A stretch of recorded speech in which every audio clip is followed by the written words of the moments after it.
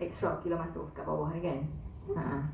So the one down there, so that's why the patient needs to look up in order to bring up the muscles just underneath the skin to have a bigger response.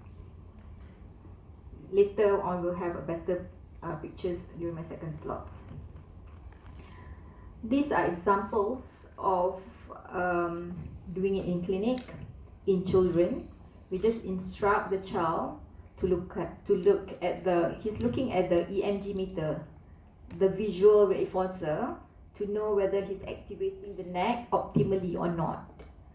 Okay, the meters, if it's green, then good activation. If it's red, it's not. You need to activate better.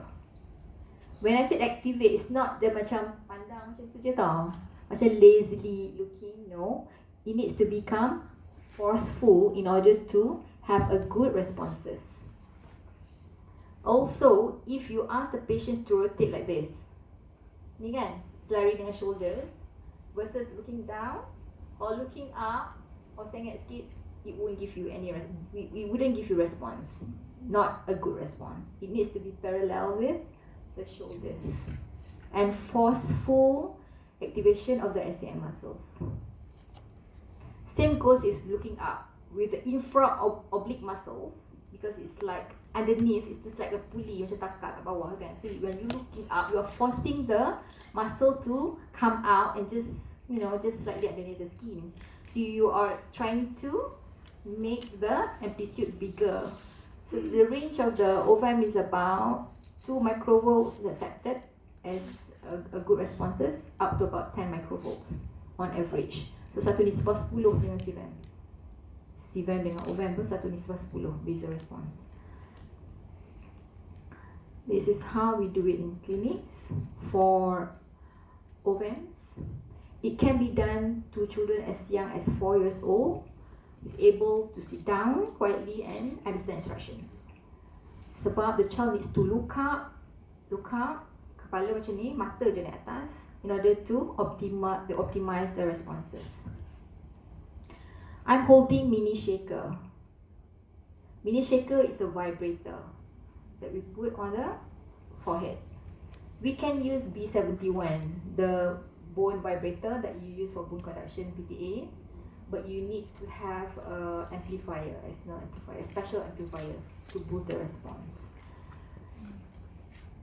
The beauty of using bone vibrators is you can conduct the test in patients who have type B themes, who have fluid in the middle ear. But with acoustic stimulation, you cannot. Because you have to remember, otolith is not a hearing organ. You are forcing a balance of vestibular organs to listen to the acoustic stimulation. So it needs to be forceful, kan, kena kuat. So bone vibrators is a better stimulant. Ni contoh contoh in post-chemo patients, completed the research in one of our postgraduate. So beautiful CVAM versus post-chemo patients, ugly CVAM. It's not a CVAM at all. Post-chemo. Okay, post-chemotherapy. So for VAMs, it's a practice to replicate the response, do it twice, you know, to make sure. So with the OVAMs, this one we have beautiful OVAMs, we say, and we brought that as N1.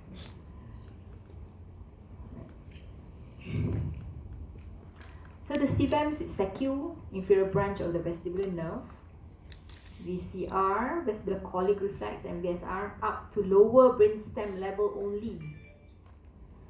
So research has shown that early development of tumor at the lower brainstem levels are detectable via CVAMs.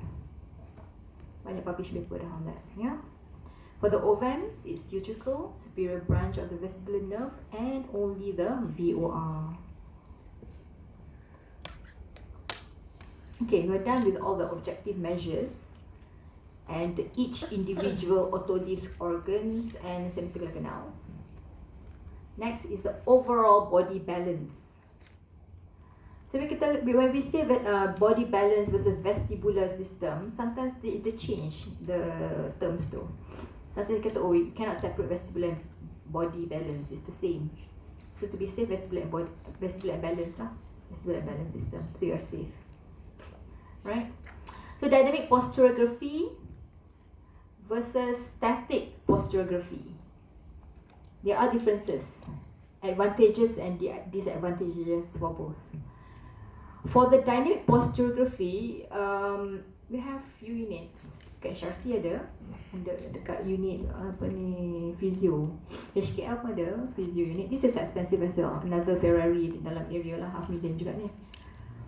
So they are able to separate the responses between VOR, proprioception, somatosensory dengan VOR tu, and vestibular, because they are the layer of test. So patients stand on the platform, dia akan measure, because dia ada accelerometer or gyrometer to measure the responses here. Ni stability of the patient. How good is the patient responses? In order to test how good the VOR is, they move the blind, the visual stimulus, and then to test the apa tu, proprioception's stability, they move the platform. They move. So when both move, the visual stimulus move, the platform move, the vestibular organs is the ultimate organs left. So if it's good, then the patient is stable. Kalau dia jatuh, meaning that it's not. Okay. So another one that we have in UKM in Jalan Temerloh is the static one. Static, the platform is not movable and we don't have a visual curtain in front of the patients. What we use is this one, the goggles.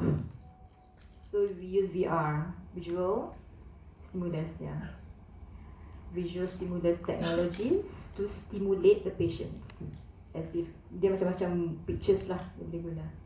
And similar objective is being measured similarly.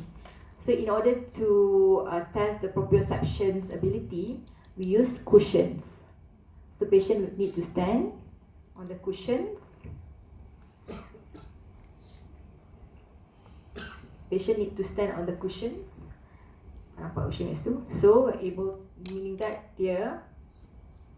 kita test the proprioception ability lah, because tak ada sense of touch kan dia dah atas cushion tu, right?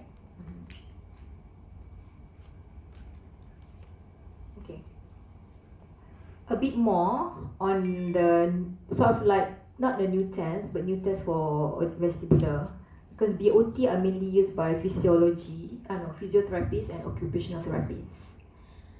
BOT is Brunick-Osoretsky test. You can buy this online, distributed by Pearson, but you need to register and upload your certificate, and they will justify whether you can purchase the test or not. It's a few $100.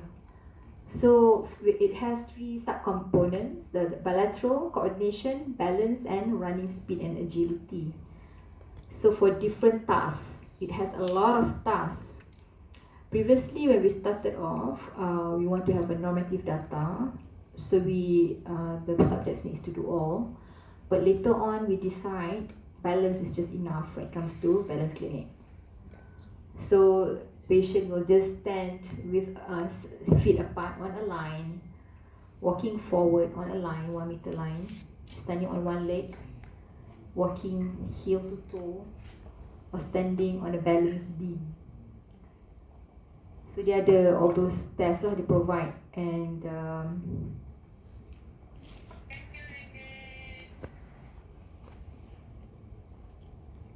it just got stuck. It's not movable. It's like, I don't know what happened. Try yeah.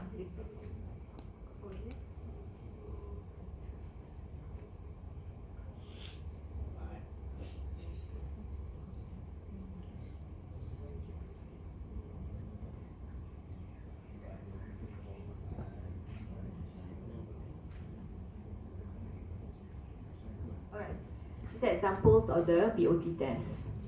They're very children friendly and easy to administer as well, right? And mobile and cheap. I say to mobile, if you need to do screening, then you can use this one. So take home message. Objective versus subjective tests. Need to have both. But audio vestibular assessments are non-invasive, and these all are test batteries and not a standalone or independent test. Just some example of pathologies that may interest you, because normally we say, oh, macam mana, how do we put all these tests together? Again, interpretations. The most common one, Meniere's disease, SCD, superior canal dehiscence syndrome, and acoustic neuroma. So we can see that the chart itu plotted, so the important determinant test that you need to carry out when it comes to Meniere's disease. So Meniere's, fluctuating hearing loss, don't forget. So PTA, you'll learn more later with Dr. Rafida. So reduce after attack. So the characteristics of the PTA is different depending on the stages of the Meniere's disease. Reminiscence, resting period versus active stage are different. So calorics, a telltale test as well for Meniere's and VHIT. Superior canal dehiscence, the most powerful one is VEM, CVEM to be specific. But now there are emerging papers saying that OVEMS is sensitive as well. With SCD, superior canal dehiscence syndrome, we are able to chart the stages of the SCD depending on the threshold level of the VEMS. Meaning that if you start the test at 110 dB SPL, the highest stimulus, then we need to go down until normal person that like us is 110 when you get the response. But person with an extra window, tahu kan SCD tu apa? Extra window, so they have a lower threshold. Sometimes they still have the VEMS at 50 dB. So VEMS is ultimately the most powerful test for SCD, non-invasive, yeah, what I meant is. For acoustic neuroma, ABR, sensitivity is 37% to 91% and specificity 57 to 96%. And we need to put things together with acoustic reflex, you'll learn more later, and calorics, CVEMS, and VHIT.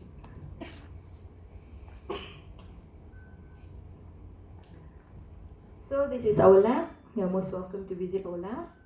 And that's about it for the first talk. Thank you.